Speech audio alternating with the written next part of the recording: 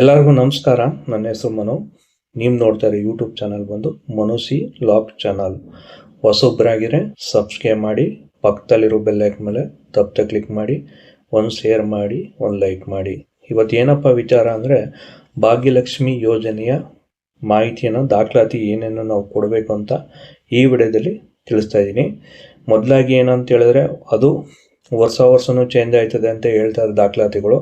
ಆದರೆ ಈಗ ಪ್ರೆಸೆಂಟು ನಮ್ಮ ಏನು ಮಗುವಿಗೆ ಮಾಡಿಸ್ಬೇಕಾಗಿರೋದ್ರಿಂದ ನಾವು ಈ ದಾಖಲಾತಿನ ಕೊಡಬೇಕು ಅಂತ ಹೇಳಿದರೆ, ಪ್ರತಿಯೊಂದು ಸೆಟ್ಟು ಜೆರಾಕ್ಸನ್ನು ಕಲರ್ ಜೆರಾಕ್ಸಲ್ಲಿ 4 ಸೆಟ್ಟನ್ನು ಕೊಡಿಯಲಿದ್ದಾರೆ. ಪ್ರತಿಯೊಂದು ಅವ್ರು ಕೇಳಿರುವ ಇಷ್ಟು ಆಪ್ಷನ್ಗಳನ್ನ ಹೇಳ್ತೀನಿ, ಅದನ್ನು 4 ಸೆಟ್ ಕೇಳಿದ್ದಾರೆ. ಹಂಗಾಗಿ ಮೊದಲಾಗಿ ಮಗುವಿನ ಜನನ ಪತ್ರ 4 ಸೆಟ್ಟನ್ನು ಕೇಳಿದ್ದಾರೆ, ಕಲರ್ ಜೆರಾಕ್ಸು ಅಂತ ಕೇಳಿದ್ದಾರೆ. ಮತ್ತು ತಂದೆಯ ಆಧಾರ್ ಕಾರ್ಡು 4 ಸ್ಕ್ರೀನ್ ಮೇಲೆ ಹಾಕ್ತೀನಿ ನೋಡಿ.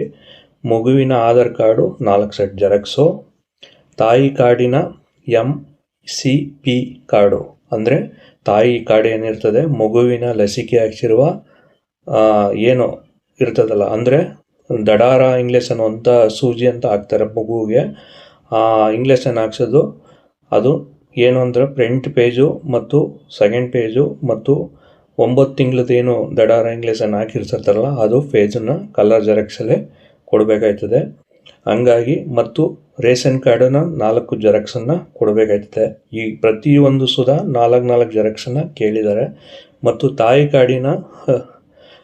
ಕಾರ್ಡ್ದಾಯ್ತಲ್ವ, ರೇಷನ್ ಕಾರ್ಡು 4 ಅಂತ ಹೇಳಿದ್ದೀನಿ. ಮತ್ತು ತಾಯಿಯ ಪಾನ್ ಕಾರ್ಡನ್ನು ಸುಧಾ ಕೇಳಿದ್ದಾರೆ.